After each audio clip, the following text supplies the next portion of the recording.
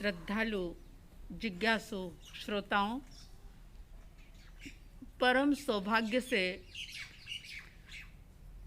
श्रमण भगवान महावीर स्वामी जी के गुणों का कीर्तन, आध्यात्मिक गुणों की चर्चा, उनके गुणों का स्तवन करके हम अपने भीतर के गुणों को प्रकट करने का पुरुषार्थ करते हुए अपनी भीतर की, अंतर की, आत्मा की विशुद्धि कर रहे हैं।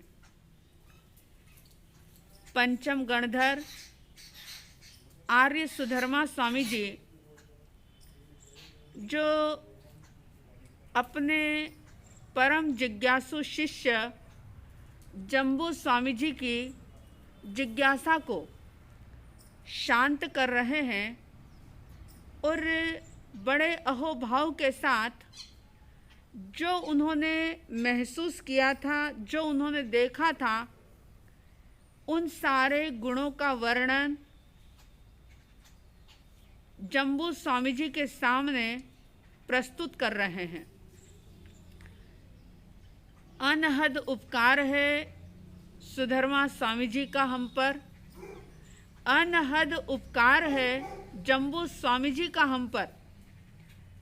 अगर जम्बू स्वामी जी ने जिज्ञासा नहीं रखी होती तो शायद आज आपके हमारे सामने विरत्थुई नहीं होती, और विरत्थुई नहीं होती तो इतने अद्भुत तरीके से, इतने सहज सरल रूप से आप और हम परमात्मा के और इस आत्मा के इन आध्यात्मिक गुणों को समझ नहीं पाते, और जब समझ नहीं पाते तो उनको उजागर करने का पुरुषार्थ भी हमारा नहीं जग सकता था।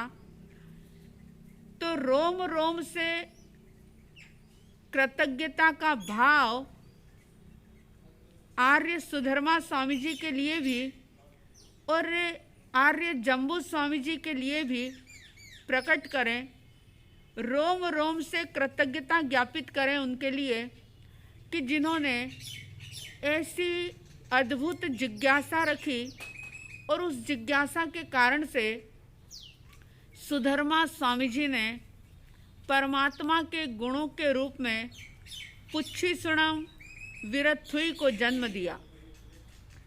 25वीं गाथा चल रही है और उस 25वीं गाथा के अंतर्गत आपने सुना था, पूढ़ो वमे धुणई विगई गेही। परमात्मा प्रभु महावीर जो कि पृथ्वी के समान धीर थे, गंभीर थे, सहनशील थे और साम्यवादी थे, समता भाव से ओतप्रोत थे, हर प्रकार की सिचुएशन को स्वीकार करने वाले थे। और उसके बाद आपने सुना था धुणई, यानी उन्होंने अपने प्रबल पुरुषार्थ से कर्म के मेल को धो दिया था, निर्वाण के मार्ग को प्राप्त कर लिया था। और फिर उसके बाद आपने सुना विगई गेही, यानी ग्रद्धि से, आसक्ति से, अटैचमेंट के भाव से परमात्मा बिल्कुल रहित हो गए थे, यानी उनकी ग्रद्धि, आसक्ति, अधिकार और मूर्छा का भाव पूरी तरह से खत्म हो चुका था। कैसे खत्म हो गया था कि उन्होंने पदार्थ की जाति को जान लिया था, उन्होंने संयोग को समझ लिया था, वस्तु तत्व समझ में आ गया था। तो भीतर से बिल्कुल निर्लेप रहे, चाहे राजमहलों में रहे, चाहे जंगल में रहे, लेकिन भीतर से, अंदर से बिल्कुल ग्रद्धि भाव से रहित थे। विगई गेही, यानी उनका ग्रद्धि भाव, ममत्व भाव, आसक्ति का भाव चला गया था। आइए आज इसके आगे की बात करते हैं। आगे सुधर्मा स्वामी जी ने कहा, न सन्निहिम कुवई आसुपन्ने। ये पहली लाइन संपन्न होती है। आसुपन्ने यानी आशु प्रज्ञ परमात्मा महावीर, ये विशेषण पहले भी आया हुआ है। आसुपन्ने, और ऐसे आशु प्रज्ञ परमात्मा जो विगई गेही हो गए थे, ग्रद्धि से रहित हो गए थे, तो न सन्निहिम कुवई, न यानी नहीं, सन्निहिम यानी संग्रह करना, और कुवई यानी किया। उन्होंने अपने जीवन में किसी भी प्रकार का संग्रह नहीं किया, एकत्रित नहीं किया। आप देखें कि वही व्यक्ति, वही जीव पदार्थों को एकत्रित करता है जिसके भीतर में आसक्ति का भाव होता है, जिसके अंदर में ममत्व का भाव होता है। जब कारण ही खत्म हो गया, ममत्व का भाव ही नष्ट हो गया, तो संग्रह करने की कोई बात ही नहीं रही। न सन्निहिम कुवई, उन्होंने किसी भी प्रकार का संग्रह नहीं किया। इस बात को थोड़ा और अलग तरीके से जानने और समझने की कोशिश करें कि परमात्मा प्रभु महावीर ने अपरिग्रह का सिद्धांत दिया। अपरिग्रह और उसका अपोजिट जो है वो है परिग्रह। परिग्रह जो वस्तु के प्रति ममता का भाव होना, एकत्रित करना, इकट्ठा करना, संचित करना। और अपरिग्रह का मतलब है आसक्ति से रहित होना। सवाल पैदा हो सकता है कि परिग्रह को संचित कौन करता है, और एक्चुअली परिग्रह है क्या? जो वस्तु प्राप्त हो गई है उसी का रक्षण करना, उसका उपयोग करना, क्या यही परिग्रह है? या जो प्राप्त नहीं है और प्राप्त करने की चाहत है, और उस चाहत के आधार पर, उस इच्छा के आधार पर अगर उस वस्तु को प्राप्त करने का पुरुषार्थ किया जा रहा है, तो क्या वह भी परिग्रह है? एक्चुअली परिग्रह क्या है? तो ज्ञानियों ने कहा कि चाहे पदार्थ नहीं है, लेकिन अगर इच्छा है, भीतर में उन पदार्थों को प्राप्त करने की चाहत है, और उस चाहत के साथ अगर पुरुषार्थ किया जा रहा है, वस्तु चाहे प्राप्त हो रही है या नहीं हो रही है, ये कोई महत्व की बात नहीं, लेकिन अगर इच्छा पैदा हुई है भीतर में, और उस इच्छा के अनुरूप पुरुषार्थ किया जा रहा है भौतिक जगत के अंदर, चाहे वस्तु प्राप्त नहीं भी हुई, लेकिन भीतर में उस वस्तु को पाने की लालसा, इच्छा पैदा हो गई, तो निश्चित रूप से वो परिग्रह है। और अगर वस्तु प्राप्त है, लेकिन प्राप्त वस्तु के साथ भी उसका उपयोग करते हुए भी अगर आसक्ति का भाव नहीं है, इच्छा नहीं है, चाहत नहीं है, तो वस्तुएं अनेका अनेक होने के बावजूद भी वो परिग्रह नहीं है। और इसीलिए शास्त्रों में श्रावकों के लिए एक शब्द आया, इच्छा परिमाण करना, कि इच्छाओं का परिमाण करो। जब इच्छाओं का परिमाण होगा, यानी इच्छाएं सीमित होगी, तो स्वाभाविक है परिग्रह भी सीमित होगा। और परिग्रह को चाहे कितना भी सीमित कर लिया, लेकिन मूल कारण, मूल जड़ जो है इच्छा की, उसको अगर सिंचित करते रहे तो कभी भी अपरिग्रही नहीं बना जा सकता। तो हम देखें कि हमारी इच्छाएं किस प्रकार से पैदा होती है, और कैसे उन इच्छाओं की पूर्ति के लिए व्यक्ति भागता चला जाता है, रात दिन प्रयास करता रहता है। वो ये विवेक नहीं जगा सकता कि जो इच्छा अंदर में पैदा हुई है उसको पूरा करना चाहिए या नहीं करना चाहिए, वो इच्छा मेरे आत्म हित में है या मेरी आत्मा का अहित करने वाली है। व्यक्ति सोच भी नहीं पाता और ऐसी मूर्छित चेतना के साथ जीता है कि वह बेतहाशा सारी जिंदगी, सारी उम्र दौड़ता ही रहता है और ऐसी अवस्था में वह संग्रह करता है, एकत्रित करता है, इकट्ठा करता है कि ये चीज़ भी काम आएगी, ये भी काम आएगी, आज नहीं तो कल काम आएगी। जरा सोचें, जीवन की हकीकत है, ये सच्चाई है, चाहे मन इसे स्वीकार करे या ना करे, लेकिन सच्चाई यही है। सब छोड़ तुझे एक दिन इस जग से जाना है, फिर किसके लिए संचय करता तू दीवाना है। सब छोड़ तुझे एक दिन इस जग से जाना है, फिर किसके लिए संचय करता तू दीवाना है। क्यों क्रिस्टलाइज कर रहे हैं लोग, क्यों इतना सारा पसारा एकत्रित किया जा रहा है? अगर हम इसके मूल में देखें तो एकमात्र इच्छा है, और जब तक इच्छाओं को अपने कंट्रोल में, अपने अधीन नहीं किया गया, तब तक वस्तु प्राप्त हो चाहे ना हो, मन माफिक संचय हो या ना हो, लेकिन परिग्रह के पाप से व्यक्ति बच नहीं पाएगा।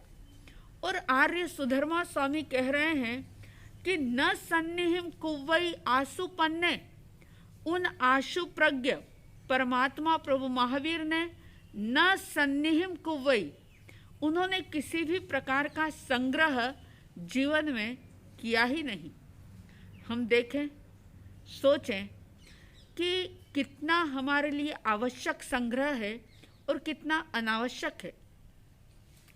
मैं कई बार माताएं, बहनों, भाई बहनों को बोलती हूँ कि अगर आप 2 ड्रेस नहीं ले रहे हैं तो पुरानी 2 ड्रेस अवश्य निकालें। श्रावक श्राविकाओं के लिए अणुव्रत बताए हैं, गुणव्रत बताए हैं, शिक्षा व्रत बताए हैं, और इन व्रतों के माध्यम से व्यक्ति अपने जीवन को सीमित कर सकता है, संग्रह पर थोड़ा सा अंकुश लगा सकता है। और उस अंकुश को लगाने के लिए पहले हमें उसके मूल को जानना होगा।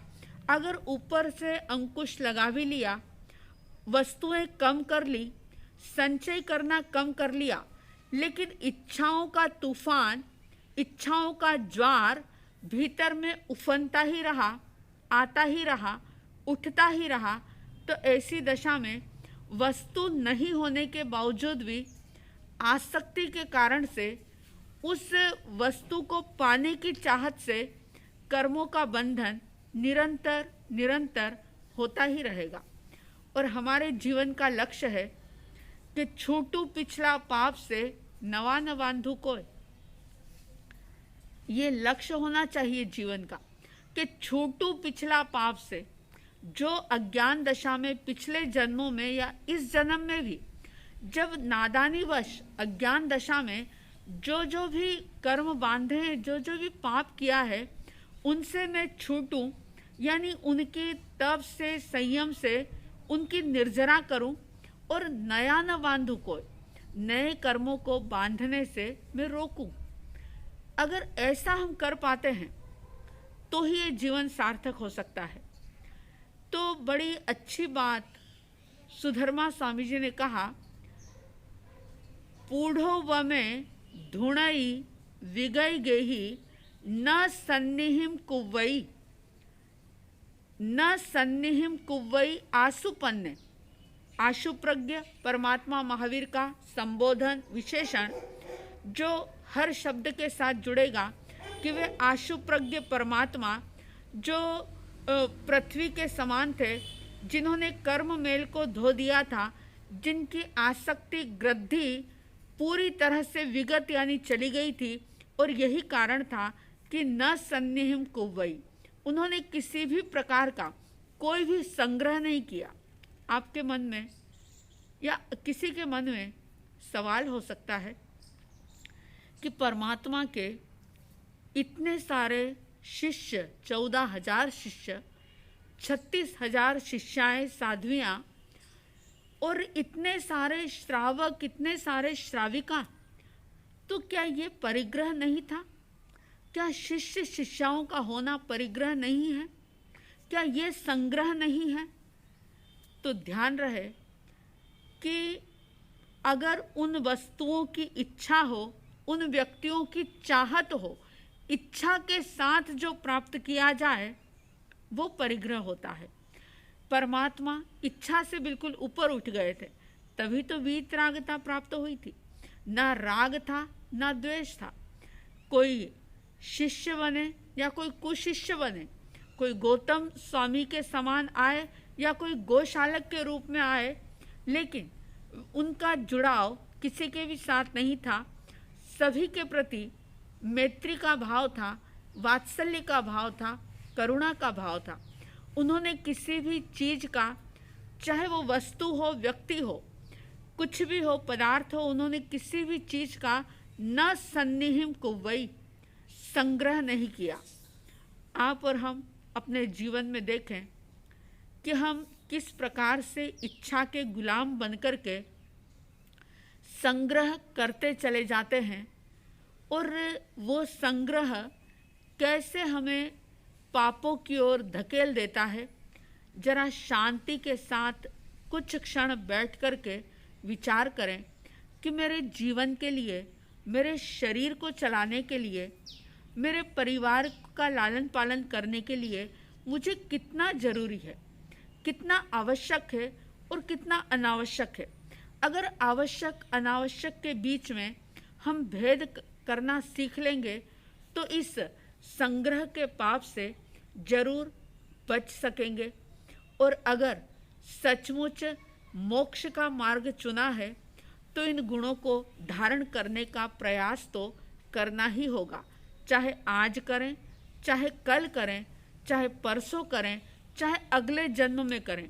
लेकिन जब तक इन गुणों को धारण करने का पुरुषार्थ नहीं किया, तब तक हम मोक्ष के मार्ग पर कदम बढ़ा नहीं पाएंगे। साध्वी द्वय की तरफ से ये शुभ मंगल कामना कि आपका, हमारा सबका मोक्ष मार्ग प्रशस्त हो। हम भी न सन्निहिम कुव्वई वाले बने, यानी संग्रह वृत्ति से हम रहित बनने की कोशिश करें और उसके लिए अपनी इच्छाओं पर लगाम लगाएं।